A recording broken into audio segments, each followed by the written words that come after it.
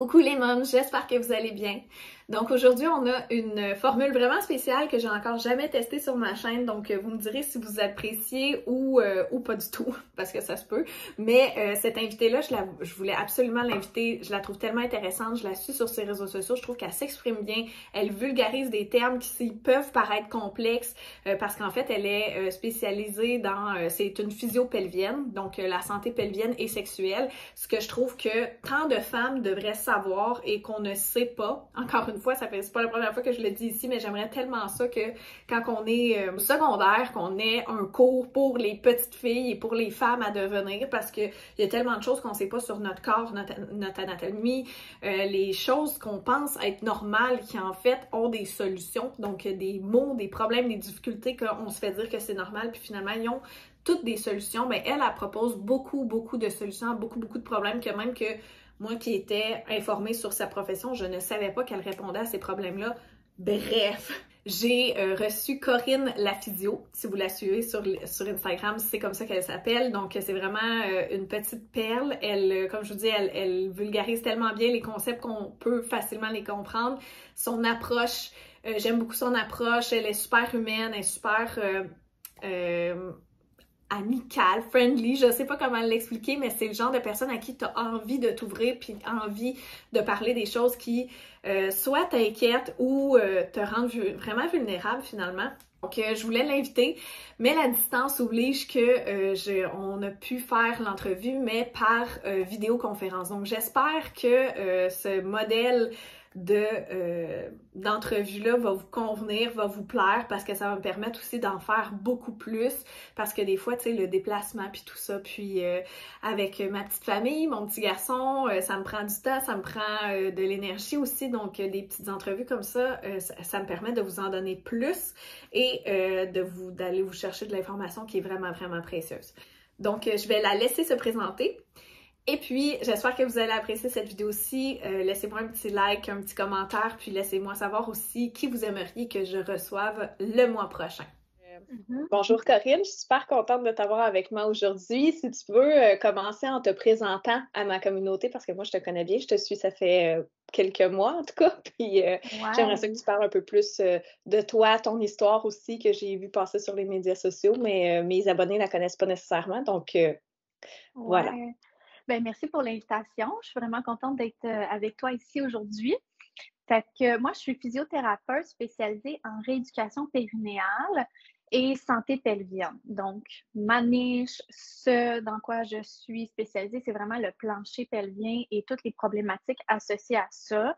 Fait qu'on peut parler de fuite urinaire, de lourdeur, de descente d'organes, de douleurs sexuelles, de diastase, en tout cas, toute une panoplie de choses bien fun qui peuvent se passer avec le plancher pelvien.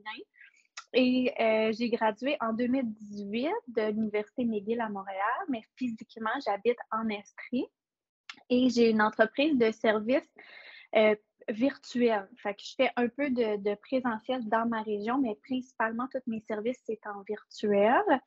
Et si je te parle un peu plus personnellement de mon histoire à moi, comme tu l'as mentionné, en fait, si je me suis intéressée à la santé pelvienne, c'est parce que moi, j'ai eu affaire avec une physiothérapeute en rééducation périnéale quand j'étais plus jeune. Je ne suis pas encore maman. Je sais que tu as une communauté pas mal de mamans, probablement depuis que toi-même, tu es maman.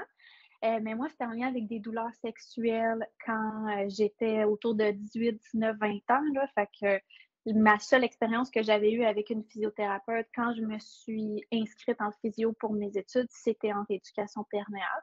Fait que c'est sûr que ça fait que j'ai un intérêt particulier là, pour ça parce que je me reconnais dans ma clientèle là, pas mal. Parce que quand tu le sais pas, c'est quoi une physio-pelvienne, là? Tu sais, moi, j'ai des femmes là, de 25 ans là, qu'on est amies, puis on se parle de plein de choses. Puis j'ai une de mes amies récemment, elle m'a dit ah, ma gynéco, elle m'a dit qu'il faut que je prenne rendez-vous avec une physio-pelvienne. J'ai aucune idée c'est quoi. Je dis ben oui, mais tu sais, moi, je connais un peu Ouais, plus ça parce que je suis maman, puis parce qu'on nous le recommande avant de commencer ouais. l'entraînement, avant de. Mais on dirait que c'est vraiment pas un métier qu'on connaît de base. Fait que te lancer là-dedans. Puis là, je sais aussi que toi, tu as une approche clinique puis holistique, que tu mélanges un peu des deux, là, si tu veux parler un peu de la différence entre les deux, puis comment tu combines tout ça finalement. Ouais. Ben, dans le fond, euh, J'utilise le mot holistique un peu pour décrire mon approche qui va utiliser plusieurs modalités, qui va pas nécessairement sortir du lot de la clinique plus classique, plus en présentiel, parce que certaines physios pourraient utiliser ça aussi dans leur approche en présentiel. Fait que c'est pas nécessairement le mode virtuel qui change l'approche, c'est plus, je pense, la panoplie de modalités que je vais utiliser, que je pense que quand on met tout ça ensemble, ça rend mon approche différente, spécialement au niveau des douleurs sexuelles, mais même au niveau de la préparation à la naissance. Fait que moi, j'ai travaillé en clinique privée quand même un petit bout avant de me lancer à mon compte, puis avant de me lancer en virtuel aussi. Puis toutes les approches style exercice de respiration, méditation, pleine conscience, yoga, dans le créneau des douleurs sexuelles, parler plus de la sexualité aussi en général avec mes clientes, au lieu de me focusser vraiment sur l'aspect c'est quoi le bobo physique, de voir ça plus large. Ça, c'est toujours ça que j'ai voulu faire en clinique, mais que je me sentais pas je me permettais peut-être pas de le faire parce que c'était pas ça que les autres à côté faisaient. Puis, il faut savoir aussi que toutes les modalités que j'utilise en physio, il faut que ça soit basé sur les évidences scientifiques. Fait qu'il n'y a rien que j'utilise avec mes clientes que c'est comme olé, olé, on réenligne les chakras. Tu sais, j'utilise le yoga, mais vraiment dans une perspective où ça a été démontré efficace pour telle, puis telle autre chose. Puis si je parle plus de mes suivis avec les mamans en clinique, c'était très focusé sur la force, l'endurance du plancher pelvien. Puis oui, c'est des aspects que j'aborde, mais il y avait tellement de choses que j'avais envie d'aborder avec mes clients au-delà de ça, parce que souvent, il y avait des questions, des questionnements par rapport à la naissance qui s'en venaient. Puis soit je ne savais pas quoi répondre ou je trouvais que ça prenait du temps sur mon suivi de physio. Fait que maintenant, dans mes accompagnements, je prends vraiment le temps d'aborder des sujets que je sais que ça intéresse les mamans parce que il y a gros des mômes aussi qui vont pas avoir comme 15 accompagnantes. Là. Tu sais, ça va être comme, ah, ben, moi, je fais de la physio, puis c'est juste ça que je fais, ou ah, moi, j'ai une doula, puis c'est juste ça que je fais, tu sais, peu importe. Fait que les techniques naturelles pour gérer la douleur, des questions de mindset aussi, comme comment se mettre dans le bon mindset. Fait que tous ces aspects-là que je sentais que ça résonnait avec moi d'aborder, mais que je me permettais peut-être pas à 100% de faire avant, autant que maintenant. Je sais pas si ça répond bien à ta question Oui, ou si c'est ça la réponse que tu vraiment cherchais. super. Ouais, Ça ok. va au-delà de juste le clinique, de dire, OK, ton bobo est physique, voici comment le régler. C'est comme vraiment tout l'aspect autour, puis c'est vrai que ça a un gros impact. C'est pas juste le bobo physique, là, finalement. Puis tu as répondu un peu, là, mais peut-être si on revient plus précisément, c'est pourquoi puis c'est pour qui la santé pelvienne et sexuelle. Tu sais, est-ce que toutes les femmes devraient consulter ou est-ce que c'est vraiment juste quand tu as un bobo? Est-ce que c'est en prévention? Est-ce que qui peut puis qui devrait en fait consulter avec Ouais. toi? Ben, il y a plusieurs volets à cette réponse-là. Donc, en prévention, on va parler plus de la femme enceinte. Parce que quand on est enceinte, ça a des changements majeurs sur notre muscle du périnée et sur nos abdominaux profonds. Fait que ces deux muscles-là sont comme en siamois, là. Ils travaillent vraiment ensemble. Donc, on veut faire de la prévention parce que c'est sûr qu'il va y avoir des changements en postnatal associés à la grossesse, même si on n'a pas de symptômes pelviens. Fait qu'il y en a plein des femmes qui disent: ah ben moi, j'ai pas de fuite, j'ai pas de lourdeur, j'ai donné naissance, mais comme mon périnée il est correct. Mais ça se peut qu'il y ait eu des changements au niveau des abdominaux profonds qui changent après ça le patron d'activation de nos muscles. Puis là, ça peut s'installer, créer des compensations, puis plus tard, créer des symptômes. Fait que ça, c'est plus le volet préventif au niveau de la grossesse. Mais ensuite, c'est sûr que quand on a des symptômes pelviens, c'est clair que c'est parce qu'il y avait des changements qui s'étaient installés tranquillement, pas vite, puis que ça finit par donner des symptômes qui sont plus comme vocaux. C'est-à-dire que là, si on les ressent, c'est vraiment parce qu'il y a des lacunes au niveau musculaire, au niveau du patron d'activation, au niveau de plein d'aspects qu'on peut évaluer en physio. Fait que quand on est rendu à avoir des symptômes, c'est parce qu'il y avait quand même probablement plusieurs difficultés déjà qui s'étaient installées avec le temps. Fait que la physiothérapie pelvienne, ça peut s'adresser autant aux hommes qu'aux femmes. Fait qu'on peut mentionner, les hommes, ils peuvent avoir des problématiques de douleur, d'incontinence, troubles érectiles, éjaculation précoce, name it, douleur aux fesses, douleur au dos, ça a tout rapport avec le même coin. Fait que ça pourrait être ce volet-là, qui n'est pas ma spécialisation. Moi, c'est plus les femmes cisgenres. Fait que je ne travaille pas nécessairement avec les femmes trans, mais ça pourrait être quelque chose que j'ajoute à ma pratique parce que les douleurs sexuelles, pour celles qui ont des vaginoplasties, c'est quelque chose de super fréquent. Puis il y a aussi un volet enfant, pédiatrie, fait que l'apprentissage de la propreté, des problèmes de constipation, tout ce qui a plus en lien avec la continence chez l'enfant. Fait que les problèmes chez la femme peuvent débuter très jeune, là. Autant des fuites urinaires chez les jeunes filles, jeunes femmes qui vont faire des sports d'impact comme la gymnastique, qui va mettre beaucoup de pression sur le plancher pelvien. Après ça, ça va plus être soit des problématiques urinaires à l'adolescence, comme des urgences, une fréquence urinaire qui a comme pas d'allure, combinée avec des fuites urinaires. Ça peut commencer à l'adolescence. Fait que ça, c'est quand même commun. Ou sinon, les douleurs sexuelles dès les premiers rapports sexuels. Fait que ça, c'est un autre volet. Fait que c'est quand même assez commun. C'est une femme sur 5 qui va expérimenter des douleurs. Puis c'est la même proportion chez les femmes plus adolescentes.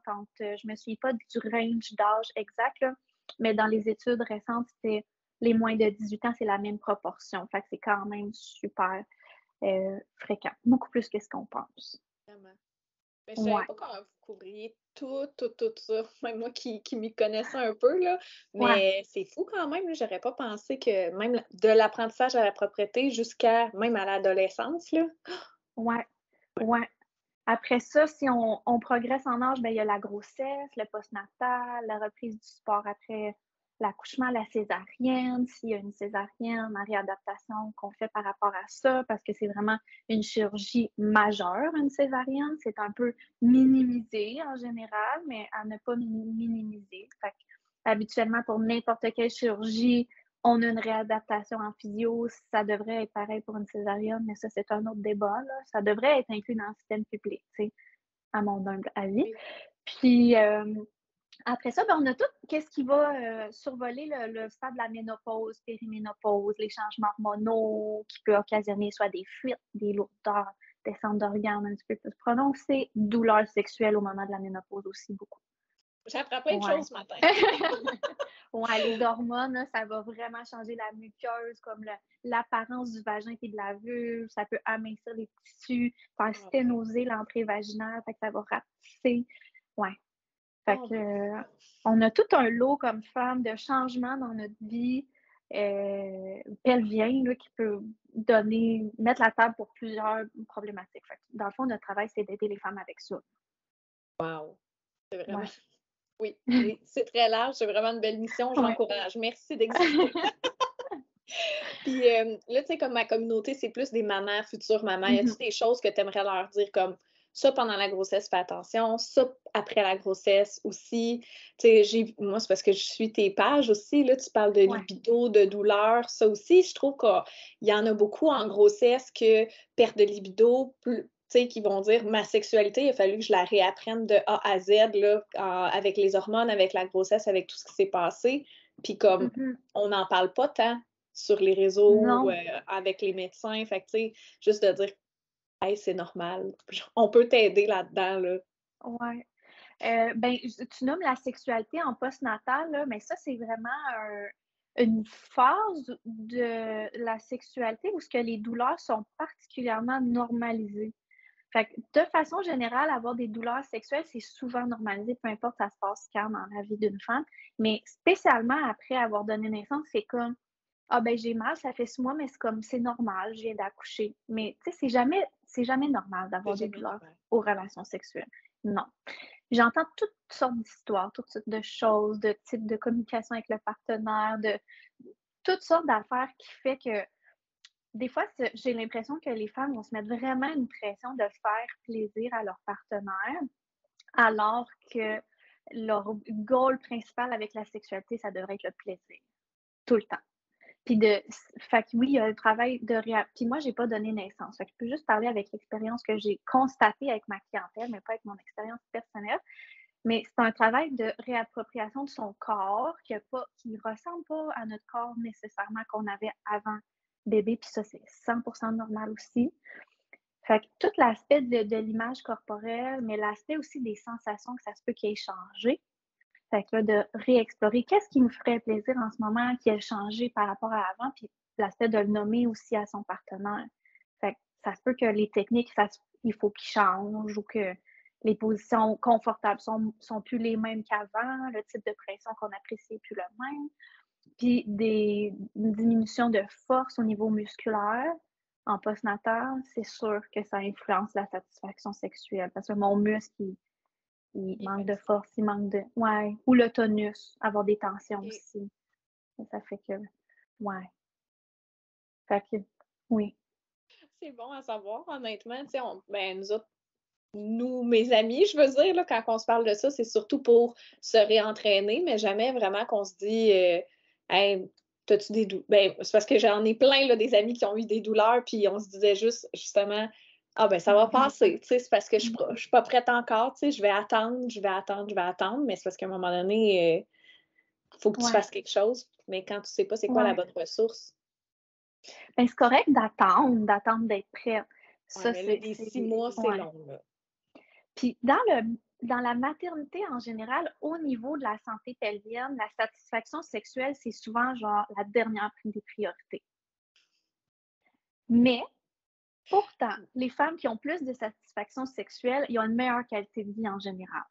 Fait qu'ils vont être plus épanouis dans leur relation, vont être plus épanouis comme femmes, vont se sentir mieux dans leur corps, meilleure confiance en soi, image corporelle boostée, tous ces aspects-là. Fait que c'est comme une affaire qu'on met un peu en second plan, je crois, mais qui pourrait être une priorité parce que ça aura plein de bienfaits là, sur notre santé comme psychologique là, en général et physique. Ah, je suis d'accord, je parlais avec une Ouais. naturopathe, là, ça fait quelques mois, là, puis elle disait qu'elle disait à ses clientes de mettre à l'agenda d'aller se masturber pour repartir la machine, puis puis elle dit, mais là, à l'agenda comme si c'était un rendez-vous avec moi, là. C'est vraiment, Ouais. faut que tu le fasses, là. Puis Ouais, c'est une stratégie. ça les aidait Oui, au effectivement. final. Ouais. Puis Ouais. sinon, pendant la grossesse, y a-t-il des choses qu'on peut faire? Est-ce qu'on prépare tout de suite notre plancher pelvien? Qu'est-ce qu'on peut faire pour aider finalement? Pas juste à l'accouchement, là, mais peut-être toute la grossesse finalement? Ouais. Ben, ce qu'on veut, c'est s'assurer que notre muscle du plancher pelvien et des abdominaux est le plus optimal, qui est comme le plus à 100% au niveau de sa force, de son endurance, de sa souplesse, parce que la naissance, c'est un trauma. Fait que c'est sûr que c'est comme une blessure. Quand on se blesse, nos muscles, ils en reperdent parce qu'ils s'inhibent, il va y avoir de l'inflammation, puis après ça, il faut travailler pour regagner ça. Fait que si je pars, admettons, à 75% de mes capacités, bien là, en postnatal, c'est sûr que ça va diminuer encore plus. Versus si je pars à 100% de mes capacités au niveau force, endurance et tous ces aspects-là, bien, je vais avoir plus de facilité à regagner ma capacité maximale en postnatal, moins de chances d'avoir des symptômes pelviens. Fait que ce qu'on veut, c'est optimiser ça avec certains exercices, les fameux Kegel, là, ou les contractions de plancher pelvien. Mais il faut que ça soit fait avec des paramètres qui soient adaptés à chaque personne. Fait qu'on ne veut pas aller serrer fort, fort pendant 1000 ans, là, puis penser que c'est efficace. Qu'est-ce qu'on fait comme exercice? Parce que si j'ai des tensions pelviennes, c'est pas bon de faire trop de renforcement. Fait que c'est pour ça que c'est important d'avoir une évaluation pour être capable de gager est-ce que j'ai des tensions qui seraient à relâcher? Faudrait-il que j'assouplisse mon muscle? Et est-ce que je manque de force et d'endurance? Faudrait-il que je fasse du renforcement? Parce qu'on veut tous ces aspects-là. Est-ce que j'ai le bon timing de contraction aussi? Ça, c'est comme l'autre aspect. Fait que c'est bien beau d'avoir un muscle qui est fort, qui est endurant, qui est souple, mais est-ce qu'il fait sa job au bon moment ou genre il dort au gaz quand j'ai besoin de l'engager? Ça, c'est comme l'autre aspect. Comme c'est bien beau d'entraîner mon transverse, puis faire du pilates, puis faire la planche, mais comme il s'engage-tu quand j'en ai besoin? Non. Ah, bon, ben là, j'ai mal au dos. Fait que c'est ça, cet aspect-là aussi, on travaille ça ensemble. Fait que durant la grossesse, c'est un peu sur tous ces volets-là qu'on veut aller travailler en prévention. Puis, il y a le volet que moi, j'aborde vraiment plus proche du moment de la naissance, qui sont comme comment on peut prévenir une déchirure du plancher pelvien Parce que ça, puis périnée, plancher pelvien, c'est comme interchangeable. Fait que souvent, tu sais, je vais comme utiliser les deux, mais ça veut dire la même affaire. OK. Parce que ça, c'est un trauma physique sur notre muscle. Donc, plus la déchirure est grande, plus le muscle va s'inhiber, va s'endormir pour se protéger puis guérir par la suite. Donc, plus ça se peut que j'ai des symptômes associés à ça parce que là, mon muscle est comme en mode guérison. Il n'est pas en mode retenir mes pipis et retenir mes organes. Fait que qu'est-ce qu'on peut faire durant la naissance, au moment de la naissance, pour optimiser le passage de bébé, puis être certaine que je diminue le plus possible mon risque de déchirure en termes de position de travail, la technique pour pousser, les étirements qu'on peut faire avant, durant la grossesse pour étirer le périnée. Ça, souvent, les mômes entendent ça. Il faut que tu étires ton périnée. Bien, ça, c'est des choses qu'on peut regarder. Qu'est-ce qu'on peut faire aussi quand on est rendu à l'hôpital ou à la maison des naissances pour comme se donner le plus de chances que ça soit smooth et que notre corps sache quoi faire. Au bon moment. Tous ces aspects-là. Ouais. OK. Non, je savais pas qu'on pouvait faire ça au moment de la naissance. Moi, on Ouais. m'avait parlé du massage qu'il Avant. fallait faire un Ouais. rond, là, que j'ai jamais réussi à faire parce que, j'étais vraiment super inconfortable, puis mon médecin me disait, ben demande à ton partenaire. Ça me tentait Oui. pas de faire ça avec mon partenaire. Je me sentais, j'avais une réticence Un barrière. blocage. Tu sais, première grossesse, t'apprends justement à gérer ton corps, à gérer tes choses. Je voulais comme être capable tout seul de le faire. Finalement, je l'ai jamais fait. Il m'est rien arrivé, tu sais, j'ai pas eu de déchirure. J'ai été vraiment chanceuse, Ouais. mais tu sais, c'est des choses que j'aurais voulu qu'elle me dise, ah ben regarde, peut-être telle alternative serait intéressante pour toi, puis j'avais pas nécessairement d'autres alternatives à ça, Ouais. tu sais. Ben, c'est que les médecins, c'est pas leur spécialisation, les Non. étirements du périnée. Fait elle-même, elle a été fière de te le dire, puis elle a été à l'affût de la santé pelvienne, parce qu'il y en a bien des médecins qui auraient peut-être rien dit pantoute sur ce sujet-là. Ouais. Là. Ouais, parce que la physio périnéale, c'est de plus en plus connu chez les médecins, mais c'est pas tous les médecins qui réfèrent en physio. Ah Fait non? que, tu sais, moi, j'ai plein de clientes avec des douleurs qui me disent mon médecin m'avait pas parlé de physio, là. Ouais. Ouais. Ils Wow! sont comme, ben, elle m'avait dit de mettre du lubrifiant, puis comme, ça fait 10 ans que je cherche quelqu'un pour m'aider, il n'y a jamais personne qui m'a parlé de ça, j'entends souvent ça. Je pense que c'est en changement parce que les nouvelles cohortes de médecins Ouais, elle était jeune, la reçoivent tout médecin. plein de, c'est ça, Ouais. de conférenciers, puis ils sont vraiment plus à l'affût de comme, où est-ce qu'ils peuvent référer pour aider les femmes avec leurs différentes problématiques. Mais c'est pas tout ça, c'est pas uniformisé encore à comme tout le monde. Fait elle a bien fait de t'en parler, mais après ça, les alternatives, c'est sûr que qu'est-ce que tu voulais qu'elle dise? Elle savait pas. Ouais. C'est ça. Ouais. Ah ben au moins on m'en avait parlé. C'est Oui, déjà c'est ça. ça. Oui. Fait qu'elle était à l'affût, là. Tu sais, là, t'avais C'est ça. Fait une que bonne pour ceux qui n'ont gynéco. pas de médecin qui leur dit il faut que vous le fassiez, Ouais. ben faut. C'est important de le faire, là. C'est important si on veut s'assurer d'avoir une santé pelvienne qu'on est confortable avec notre santé pelvienne dans les années à suivre, durant toute notre vie de femme. Parce que quand je parle d'inconfort, c'est pas juste la douleur, là. C'est comme des fuites urinaires, c'est inconfortable. Je suis Ben pas oui. à l'aise dans mon corps quand j'ai des fuites urinaires importantes, des fuites au niveau des gaz, au niveau des selles. Ça va avoir un gros impact après sur ma sexualité, ouais, puis sur mon image corporelle, sur ce que je vais faire comme type de sport, les sorties que je vais faire. Si ça me Comment prend tu une vas toilette tout le t'habiller? temps, comment je vais m'habiller, faut-tu que je mette un pad, ça va-tu s'enfler? Il y Ouais. a vraiment plusieurs aspects qu'on pense pas. Qui va venir diminuer après ça là, le sentiment de comme, confiance que j'ai C'est sûr. en moi. Là. Fait que c'est dans la prévention de toutes ces choses-là qu'on veut le faire. C'est un peu comme aller chez le dentiste une fois par année parce que tu veux pas avoir de caries. Ben, notre santé pelvienne, comme femme, ça demande un entretien Ouais. si on veut pas arriver au stade caries Il est qui trop coûte tard. 2000 $ à réparer. Ouais. Oh, Ouais, c'est ça. Il est pas jamais trop tard, par contre, quand OK. on commence une réadaptation. Fait que il y en a qui ont des descentes d'organes importantes ou qui ont des fuites, c'est l'enfer. Il y a toujours moyen d'avoir une progression avec la physiothérapie. Puis si au bout de X nombre de séances, X nombre de temps, on a atteint un plateau, là, on peut référer à ce moment-là en médecine spécialisée pour voir est-ce qu'au niveau médical, il y aurait quelque chose à faire. OK. Fait qu'il y a toujours quelque chose à faire, là. Ah ben au moins, c'est Ouais, fait c'est qu'il faut pas se encourageant. laisser, ouais, faut pas penser que ce qu'on vit, faut pas se laisser faire à croire que c'est normal ou que parce que des fois, ça va être minimisé, en fait. Fait qu'on va aller dire à notre médecin qu'on a des fuites urinaires, puis ça va être comme: «Ah ben, c'est super important? Non, c'est 2 gouttes. Ah ben» mais tu sais, non, là. Non, Ouais, ben là, non. Personne veut avoir des fuites urinaires, là, fait que non, mais non. c'est vraiment beaucoup normalisé. Ouais, c'est ça. Je trouve ça Ouais, dommage quand même, là, parce que pour la oui, personne, c'est clairement gênant juste d'en parler. Fait que là, tu arrives avec le problème, puis toi, tu lui dis: «Non, mais tu sais, ouais, tant que c'est ouais. pas une grosse quantité, tu gères toi», tu sais? Je trouve ça un peu dommage.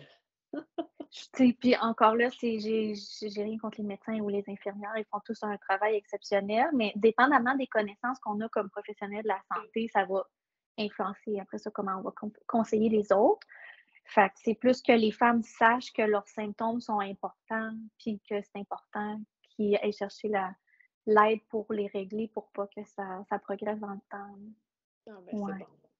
Puis pour Mhm. le post-natal, entraînement, puis tout ça, tu sais, là, tu parles beaucoup Mhm. des abdos, là. Moi, ça, là, c'est comme mon Ouais. stress, là, tout le temps, là, quand je m'entraîne. J'essaye de jamais trop j'essayais avec Mathéo. Là, je le sais que ça va être mon struggle dans ma deuxième grossesse aussi, de me souvenir, OK, il faut pas que je me bouge comme ça. Là, après ma grossesse, je voulais pas faire d'abdos. J'en ai pas fait, je pense, pendant, je sais pas, là, quasiment 6 mois, juste pour être sûre. Mais Ouais. Ben, je te dirais que c'est mieux d'être better safe than sorry, genre. Parce OK. que de faire des abdos tout croche, enceinte, Ouais. ça va augmenter le risque d'avoir une diastase. Je sais pas si tu sais c'est quoi la diastase. Ben, moi, oui, mais tu peux l'expliquer peut-être Qui, pour qui, ceux et celles qui le savent ouais, pas. la diastase, ben, dans le fond, on a plusieurs couches d'abdominaux sur notre bédaine. On a nos abdos superficiels, qui est comme le six-pack. C'est lui qu'on entraîne tout le temps, mais que c'est pas lui qui a la fonction la plus importante finalement. En dessous, on a nos obliques. Puis en dessous, on a notre transverse, qui est comme une gaine de soutien pour mon ventre, puis mon dos, puis qui est vraiment une grosse couche musculaire. Puis c'est lui le plus important parce que c'est lui qui stabilise mon tronc et ma posture. Puis c'est toujours lui qui devrait s'activer en premier. Mais souvent, il est comme relégué aux oubliettes parce qu'en l'entraînant, j'aurai pas nécessairement des gains visibles. OK. J'aurai pas des abdominaux définis, nécessairement un six-pack, parce que j'entraîne beaucoup mon transverse. Quelqu'un pourrait avoir un surpoids, puis avoir un transverse super fort, OK. mais être en embonpoint, mais avoir un muscle super compétent. Fait que visuellement, ça va pas nécessairement donner un résultat visuel, mais comme dans notre confort, puis notre posture, puis comment on va se sentir dans le quotidien, c'est ce muscle-là qui est le plus important. Fait que si j'entraîne mes abdominaux superficiels trop durant la grossesse, puis je fais des mouvements avec ces abdominaux-là, ils vont avoir tendance à se séparer. Fait que c'est comme si mon six-pack, il va aller se séparer en deux. Fait que plus je vais contracter ce muscle-là, parce que plus la bédaine a grossi, plus le muscle va être surétiré. Fait que ça, c'est un des facteurs qui va faire que ça va avoir envie de se séparer parce qu'à un moment donné, il y a une capacité maximale d'étirement. Mon tissu qui est ma linéa alba, qui est comme un tissu plus tendineux dans le milieu, mais ça ne peut pas s'étirer à l'infini. Fait que, plus que j'ai une grosse bédaine, genre des triplets, là, plus que j'ai des chances que ça sépare. Mais après ça, mes abdominaux superficiels, quand je les contracte, d'habitude, je vais faire une flexion du tronc, comme quand je fais un crunch, puis ils vont les contracter comme vers le nombril. Mais là, si mon bras de levier change parce que ma bédaine j'ai une grosse bédaine puis mon muscle est étiré, il va aller contracter en allant comme il ne sait plus comment faire, là, OK. il faut qu'il compense, puis là, il est surétiré, fait qu'il va se séparer. Fait que si je m'en vais faire des abdominaux, genre redressement assis pendant la grossesse, ça va aller vraiment causer une séparation de mes abdominaux superficiels style diastase. Puis on va le voir quand la bédaine a fait un pointu, là, Pendant la grossesse ou après? les deux, pendant Les et deux. après. Quand la bédaine a fait un pointu, là, c'est parce que mon transverse, il ne me stabilise pas. Parce que OK. si mon transverse, il me stabilise, là, j'ai un flat belly. Là. Je suis stabilisée, mon nombril est rentré, il ne fait pas une ballonne. OK. Là, si on revient à ce que j'ai dit tantôt, l'ordre d'activation, c'est toujours transverse en premier. Ouais. Fait qu'en principe, si mes abdos sont faits comme du monde, là, je devrais jamais avoir un point dessus, puis je devrais jamais avoir une bédaine qui pop out. Puis ça, souvent, c'est vraiment mal compris, même chez certains physios, qui sont pas des spécialistes de l'unité interne. Fait que ça, c'est pas clair en entraînement, pas clair des fois au yoga, pas clair pour bien du monde. Puis, plus je vais aller vraiment m'entraîner avec une bédaine qui pop, ben plus moi, ça va exacerber mes symptômes pelviens en postnatal parce que je vais aller faire pression sur ma vessie puis sur mes organes. Fait que je peux aller sortir ma vessie en faisant ça. Mettons, j'ai un plancher pelvien lourd parce que ma vessie est basse, elle est proche de l'entrée vaginale. Ben là, fait que là, quand que je m'entraîne avec une bédaine qui sort, là, je vais vraiment aller pousser sur mes organes. Fait que particulièrement en postnatal, je veux pas faire ça parce que mes organes sont fragilisés. J'ai poussé dessus. J'ai de la relaxine, mes ligaments sont lousses, ma vessie est rendue en bas, proche de la sortie. J'ai porté mon bébé longtemps, j'ai poussé dessus. Fait que là, moi, je veux que ça remonte, là, tout ça. Mais oui, Fait que je veux pas aller pousser dessus. mais ça fait l'effet inverse. Si on le travaille mal, ça fait l'effet qu'on Ouais, veut pas. ouais. Fait que, tu sais, le meilleur cue, c'est vraiment de regarder notre bédaine est-tu bien stabilisée quand je fais mes exercices d'abdominaux. OK, Fait que ça c'est veut pas, quand tu forces, si tu vois un pic, t'es pas supposé. c'est pas bon. Puis des redressements assis enceinte, là, on devrait jamais en faire. Non, ça, non. Non. Mais tout ce qui est comme la planche, le ciseau, name it, le quatre pattes, bras-jambes Ouais. opposés, tu vois le genre d'exercice que je Oui. t'explique, là. Ça peut faire un point dessus, là, si on le fait pas comme du monde, là. Fait qu'il faut être vraiment à l'affût de ça. Puis en postnatal, même chose. Puis même des personnes qui sont pas enceintes ou en postnatal. Tu sais, je veux faire un exercice pour mon transverse, puis finalement ma bédaine n'a pas, ben je travaille même pas le muscle que je veux faire. Parce que là, j'essaie de faire une variante trop avancée pour mes capacités. Fait que souvent, il faut se ramener à comme précision, lenteur, conscience corporelle, exercice simple, mais bien fait avec le bon patron d'activation. Fait qu'il faut se ramener à des variantes plus faciles. Fait que ça peut être fâchant. Ah, ben oui, mais au moins, c'est Ça pas. peut être Si je comme me disais, il faut que tu sois décourageant pas. aussi. OK. Ouais, Non, mais non, non. non, tu peux C'est quand juste même de en bien les faire, faire. mais OK. Ouais. Mais toi, tu as l'impression que tu serais capable d'aller plus loin dans le mouvement, mais tu vois que ta bédaine fait un petit toit, mettons, là. Fait Ouais. que tu te dis non, Ouais. je suis C'est ça. j'ai de la force pour, mais dans le fond, non, je l'ai pas. Fait que faut que J'ai tu de la force avec mes muscles superficiels. C'est J'ai de la ça. force pour compenser parce que j'ai toujours de la force pour compenser puis activer d'autres affaires à place de ce que j'essaie vraiment d'activer. Tu me suis-tu? C'est un peu Fait que je suis là à niaiseux, quatre mais pattes. ouais. Là, j'essaie. Mais oui, j'ai de la force pour amener mon bras puis ma jambe plus haut parce que ma fesse, elle est forte. Fait que je peux OK. l'amener ma jambe en grande extension en arrière. Mais mes abdos, ils ont peut-être plus la force pour supporter ça. Fait que les autres sont capotes. Mais finalement, c'était pas ma fesse que je voulais travailler, c'était mes abdos. C'est Fait qu'il ça. faut comme se concentrer sur ce qu'on travaille. Oui. OK. Puis tu remarqueras au gym qu'il y a bien des gars qui ont leur bédaine à pop quand ils font des abdos aussi. Mais eux, ils n'ont pas de vagin dans leur périnée, là. Fait qu'ils n'auront pas jamais le risque aussi grand d'avoir des symptômes pelviens comme nous, on a comme femmes. C'est juste que là, ils ont mal au dos, puis d'autres Et affaires associées avec un transverse qui ne s'active pas bien. Mais OK. tu Fait que remarqueras comment les gens travaillent leurs abdominaux, tu vas trouver que c'est intéressant. Ouais, je vais vraiment ouais. porter attention à ça. Des fois, je savais plein d'affaires, puis j'en apprends encore, là. Fait que c'est Ben écoute, je suis c'est vraiment contente. c'est super intéressant. Mais moi, de mon côté, ça fait le tour de mes questions pour toi. Fait que Ah, je ben sais pas good. si t'avais quelque chose que tu voudrais ajouter, un mot de la fin, quelque chose que tu... Ben, ce que j'aurais envie d'ajouter, c'est que je pense que des fois, les femmes sont pas sûres non plus quel intervenant aller choisir. Puis, tu sais, il y a tellement, particulièrement pour les mamans, là, qui est comme, tu sais, ta communauté, puis les femmes à qui tu t'adresses, de se faire confiance aussi avec le professionnel qu'ils vont choisir, puis d'aller vers quelqu'un qui les fait bien sentir. C'est ça le plus important aussi, parce que je pense qu'il y a vraiment, on est bombardé d'informations dans le domaine de la maternité. Puis c'est vraiment facile de se perdre là-dedans. Là. Mais tu sais, quand il est question d'entraînement postnatal, on ne peut pas se tromper quand on fait affaire avec un physio en santé pelvienne. Ben non. Pour la reprise du début, là. Fait que pas nécessairement pour s'entraîner dans le long terme, c'est pas ça notre travail. Mais ouais, je dirais ça. Puis s'ils veulent, s'ils se disent ding, ding, ding, moi j'ai besoin de ça, j'ai besoin de toi, comment est-ce qu'on prend contact avec toi? Oui, ben soit sur mes réseaux sociaux, fait que je suis particulièrement active sur mon Instagram qui est Corinne la physio, corinne.la.physio, ou directement sur mon site web qui est pelviphysio.com, P-E-L-V-I-E, physio, P-H-Y-S-I-O.com. Puis il y a un formulaire de contact, fait qu'on peut demander rendez-vous avec moi, là. Puis j'ai aussi des fois des programmes préenregistrés qui s'en viennent. Fait que si c'est pas pour une consultation individuelle, mais je vais avoir des outils aussi pour les mamans, pour les douleurs sexuelles, pour toutes ces choses-là que je suis en train de mettre en place là, pour comme qu'il y ait quelque chose pour tout le monde, tous les budgets, tous les niveaux d'investissement aussi. C'est pas tout le monde qui veut un suivi de 3 mois, de 6 mois. Là, fait que voilà. C'est vraiment super. Ben, merci beaucoup. Ben, merci à toi de m'avoir invité. informations.